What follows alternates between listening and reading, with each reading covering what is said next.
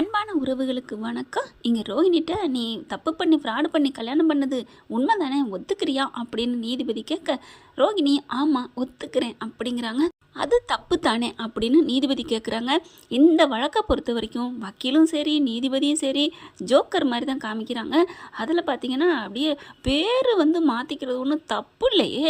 Writer நடிகர் எல்லாரும் பேரை மாற்றிக்கத்தானே செய்கிறாங்க, அதெல்லாம் தப்பா அப்படின்னு ரோகிணி தன்னோட வாக்குவாதத்தை எடுத்து வைக்குதுங்க. ஆனால் அதுக்கு ஓகே அப்படிங்கிற மாதிரி பார்க்குறாங்க. எல்லாரும் பேரை மாற்றுறாங்க, ஆனால் தன்னோட பேர் இதுதாங்கிறது தெரியுதுல்ல. புனைப்பேருன்னு தானே வேற பேரை மாற்றுறாங்க. ஆனால் நீ கல்யாணிங்கிற பேரே மாற்றிலமா பண்ணியிருக்கிற, எப்படியெல்லாம்? ஆமாம் அது சரி, ஃப்ராடு பண்ணுறது எப்படி வேணாலும் பண்ணுவாங்க தானே. இப்போ சொல்லுமா, அவர் மனோஜ் தரப்பில் டைவர்ஸ் வேணும்னு கேட்குறாங்க, நீங்கள் என்ன சொல்ல போகிறீங்க அப்படின்னு கேட்குறாங்க. ரோகிணி அப்படியே மனோஜை பார்க்க அப்படியே மனோஜ் திருன்னு முழிக்கிறாருங்க ரோகிணியை பார்த்து. அடுத்து ரோகிணி என்ன பண்ணுது, ஐயா எனக்கு நான் பொய் பேசி வேணா கல்யாணம் பண்ணியிருக்கலாம், ஆனால் மனோஜ் தாங்க என் வாழ்க்கை, என் உலகம், என் உயிர்.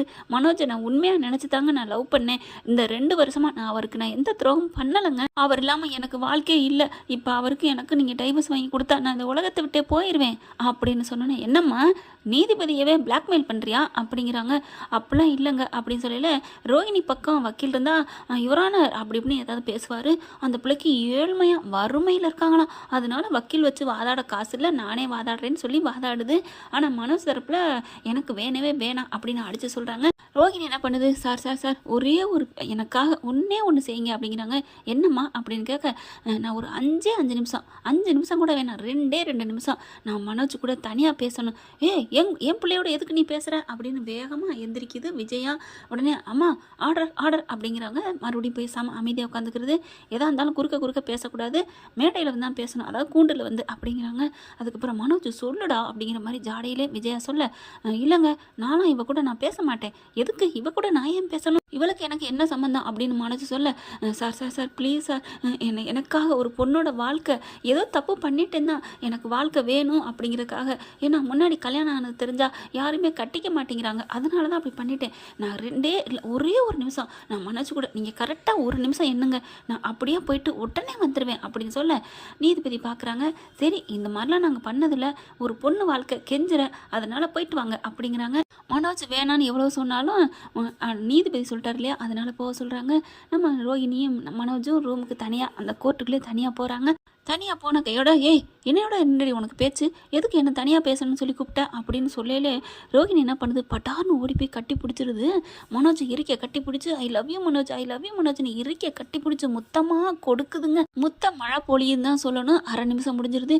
தள்ளிக்கடி 1 நிமிஷம் ஆயிடுச்சுல நான் போகிறேன். இல்லை மனோஜ் 1/2 நிமிஷம் தான் ஆயிருக்கு, ப்ளீஸ் மனோஜ் நான் சொல்கிறத கேளு மனோஜ், நீ இல்லாமல் என்னால் வாழ முடியாது மனோஜ், நான் உண்மையில எவ்வளோ உயிராக இருக்கேன். அந்த வீட்டில் உனக்கு நீ யார் மதிப்பு கொடுப்பா, உங்கள் அம்மா எத்தனை காலத்துக்கு இருப்பாங்க, கொஞ்ச நாளைக்கு இருப்பாங்க, ஆனால் உனக்கு நான் பார்த்து எல்லாம் பண்ணுவேன், நீனே நினச்சி பாரு. நீ என்ன உன் ஆத்தா உன் புள்ள இதோட செட்டில் ஆகுவியா, அப்படிலாம் வேணாம் மனோஜ், உனக்கு பிடிக்கலனா என் அம்மாவும் வேணாம் என் பிள்ளையும் வேணாம், அவங்க தனியாகவே இருந்துக்கட்டும், இல்லையா இந்த மனோஜ் இந்த முத்துவும் மீனாவும் தத்தெடுக்கிறாங்கனால அவங்க கூட எடுத்துக்கட்டும், ஆனால் எனக்கு என் பிள்ளை கூட முக்கியம் இல்லை, நீ தான் மனோஜ் முக்கியம், நீ தான் எனக்கு முக்கியம், உனக்கு நான் கடைசி வரைக்கும் துணையாக இருப்பேன், ஷோரூமுக்கு நான் நிற்பேன், நீ தனியாக போனியே உனக்கு நல்லாவா இருந்துச்சு சொல்லு, நான் பார்லருக்கு போய் சம்பாதிக்கிற காசு பூரா ஒன்றை கொடுக்குறேன், நான் உன்னை பணக்காரனை ஆக்கி காட்டுவேன், நான் இந்த ரோஹிணி மனோஜுக்காக மட்டும்தானே வாழ்ந்தேன், முன்னாடி வேணால் நான் தப்பு பண்ணியிருக்கலாம், ஆனால் அதுக்கப்புறம் உன் கூட தான் நான் வாழ்கிறேன், உனக்காக மட்டும்தானே வாழ்கிறேன், ப்ளீஸ் மனோஜ்னு சொல்லி இறுக்க கட்டி பிடிச்சி முத்தம் கொடுக்க இவர் அவ்வளோதாங்க மனசு மில்ட் ஆயிடுறாரு. இப்போ நீ போயிட்டு ரோஹிணியோட வாழ்கிறேன் அப்படிலாம் நீ சொல்ல வேணாம் மனோஜ், ஒன்று எனக்கு யோசிச்சு சொல்லணும், இப்போதைக்கு நான் எதுவும் சொல்லலைன்னு மட்டும் சொல்லு மனோஜ், போதும் அது போதும் அப்படின்னு சொல்ல, அப்படியே என் கூட வாழ்ந்த வாழ்க்கைக்கு உனக்கு உண்மையான வாழ்ந்த வாழ்க்கைனா எனக்கு இதை மட்டும் பண்ணு அப்படின்னு சொல்லிட்டு ரோஹிணி போகிறாங்க. அடுத்து கூண்டுக்கு வந்துடுறாங்களா, என்ன சொல்ல போகிறீங்க அப்படின்னு கேட்க, இல்லைங்க எனக்கு மனோஜ் தான் வேணும், மனோஜை விட்டு நான் டைவர்ஸ்லாம் கொடுக்க மாட்டேன், நான் விலக மாட்டேன் அப்படின்னு சொல்ல, உடனே மனோஜிட்ட கேட்குறாங்க, என்னப்பா நீ சொல்கிற அப்படின்னு கேட்க, அது அப்படிங்கிற விஜயா, என்னடா அது வந்துங்கிற அப்படிங்கிற மாதிரி பார்க்குது. ரோஹிணி ப்ளீஸுங்கிற மாதிரி கெஞ்சி பார்க்க, மனோஜ் என்ன பண்ணுறாரு, எனக்கா இதை மட்டும் சொல்லு மனோஜ்னு சொன்னதும் கட்டி பிடிச்சதும் முத்தம் கொடுத்ததும் கூடவே எல்லாம் பண்ணதை நினச்சி பார்க்குறாரு. உடனே இல்லை யுவர் ஆனர், எனக்கு இப்போதைக்கு என்ன சொல்கிறதுன்னு தெரியல, எனக்கு கொஞ்சம் அவகாசம் வேணும், எனக்கு டைம் கொடுங்க. என்னது டைமா? உங்களுக்கு டைவர்ஸ் வேணும் தானங்க வந்திருக்கீங்க அப்படின்னு கேட்க, இல்லை எனக்கு இப்போ கொஞ்சம் குழப்பமாக இருக்குது, எனக்கு டைம் வேணும் அப்படின்னு சொல்ல, அதனால் என்ன பண்ணுறாங்க, ஒன்றும் பண்ண முடியலை. அதனால சரி அடுத்த வாரம் ஒத்தி வைக்கிறேன்னு சொல்லிடுறாங்க. இறங்கி வந்துடுறாங்க. ரோஹிணிக்கு சந்தோஷம் தாங்கலை. விஜயா செம்ம காண்டார, அட பாவி பாவின்னு சொல்லிட்டு கீழே இறங்கி போன கீழே அடிக்கிறாங்க. ஏன்டா அப்படி சொன்னேன், அவள் எனக்கு வேணான்னு சொல்ல வேண்டியதானடா. இல்லைம்மா, அவள் என்ன என்னென்னமோ சொன்னாம்மா. என்னடா சொன்னா, உங்கள்கிட்ட நான் அப்படி வாழ்வேன் இப்படி வாழ்வேன்னு சொன்னாலா? இல்லைம்மா, அந்த பயலை கூட வேணான்னு சொல்லிடுவாளாம், எனக்காக மட்டும் வாழ்வேன்னு சொன்னாம்மா. அது சொன்னக்காண்டி நீ ஒத்துக்கிட்டியா? பொய் சொல்லி ஃப்ராட் பண்ணி வாழ்ந்துருக்காடா. நம்ம வீட்டில் எத்தனை தினம் பிரார்த்தனை பண்ணியிருக்கா, அதை மறந்துட்டியா? அண்ணாமலை, மீனா, முத்து எல்லாருமே பக்கத்தில் வராங்க. ரவி, ஸ்ருதி எல்லாருமே வந்து என்னடா என்ன பண்ணி வச்சிருக்க? இல்லை எனக்கு என்ன சொல்கிறதுனே தெரியல, என்னை விடுங்க, என்னை யாரும் குழப்ப வேணாம் அப்படிங்கிற ரோஹிணி பக்கத்தில் வருது. தேங்க்ஸ் மனோஜ் தேங்க்ஸ் அப்படின்னு மறுபடியும் வந்து கட்டிப்பிடிக்க, தள்ளுடி அப்படின்னு ஒதுக்கி விடுது விஜயா. ஓ, நீ இதை சொல்லித்தான் என் பிள்ளை மனசை மாத்தினியா அப்படின்னு சொல்லிட்டு, மனோஜ் இவளை நம்பாதடா, இவ இன்னும் எவ்வளோ பொய் வச்சிருக்கான்னு சொல்ல முடியாது. இல்லை மனோஜ், எவ்வளோதான் மனோஜ் உண்மை, வேற எந்த இதுவுமே இல்லை அப்படி சொல்ல, இவளை நம்பாதடா வாடா அப்படின்னு இழுத்துட்டு போகிறாங்க. அப்படியே முத்து மீனா பார்த்து ரோஹிணி அப்படியே சிரிக்குது, நம்மட்டு சிரிப்பு. பார்த்தீங்களா எப்படி? ஒரே ஒரு பாயிண்ட் தான் எடுத்து விட்டேன், என் பக்கம் மாறிட்டான் பார்த்தியா? இன்னும் ஒன்றும் இல்லை, இன்னும் ஒரு 4 வாட்டி பார்த்தேனே நச்சுன்னு என் பக்கம் வந்து பாஞ்சிருவான். ஏன்னா மனோஜ் அப்படிப்பட்ட ஆள். என்ன பண்ண நினைக்கிறியா? ரூமுக்கு கூட்டி போய் கட்டி பிடிச்சி முத்தம் கொடுத்தேன், அவ்வளோதான்.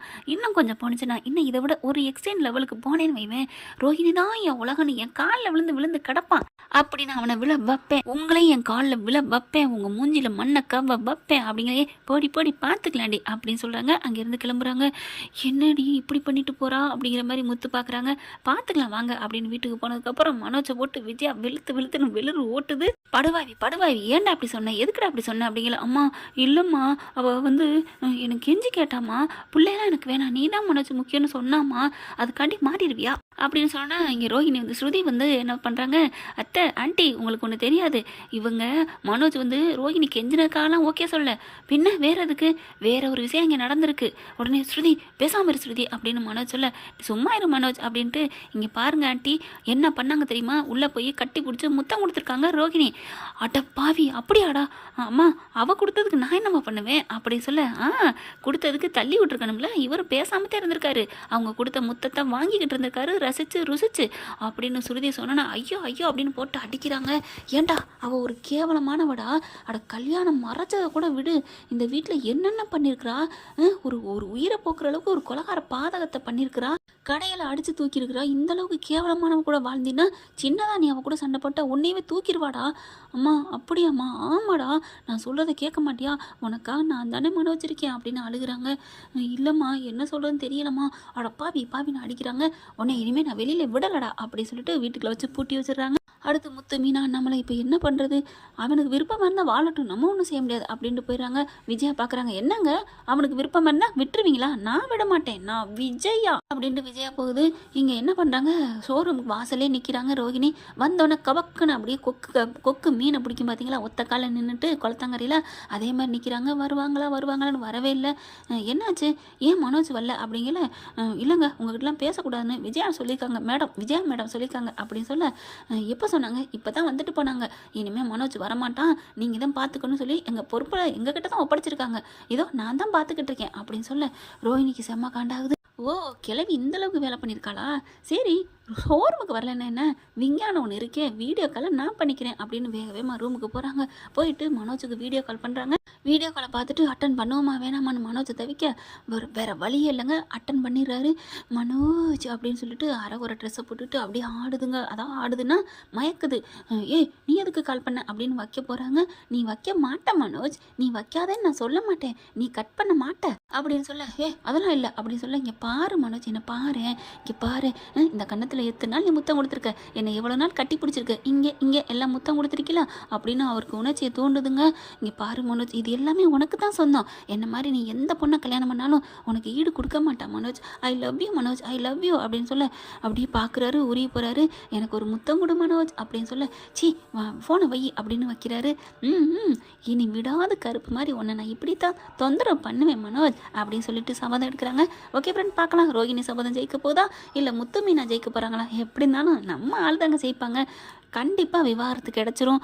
ரோஹிணி சரியான முழு நேர வில்லியாக மாற போகிறாங்க. இதுதான் நடக்கும். பார்க்கலாம் ஃப்ரெண்ட்ஸ், என்ன நடக்க போகுதுன்னு. தேங்க்யூ. தயவு செய்து லைக் பண்ணுங்க. இன்னும் அப்டேட்ஸ்க்காக சேனலை சப்ஸ்கிரைப் பண்ண மறக்காதீங்க. நம்ம கிட்ட இருக்க எல்லா சேனல்ஸோட லேட்டஸ்ட் வீடியோ அப்டேட்ஸ்க்காக மேல ரைட் சைடுல காட்டுற லிங்கை கிளிக் பண்ணி வாட்ஸ்அப் குரூப்ல ஜாயின் பண்ணுங்க. உங்களிடம் விடைபெறுவது நான் உங்கள் மெஹர்.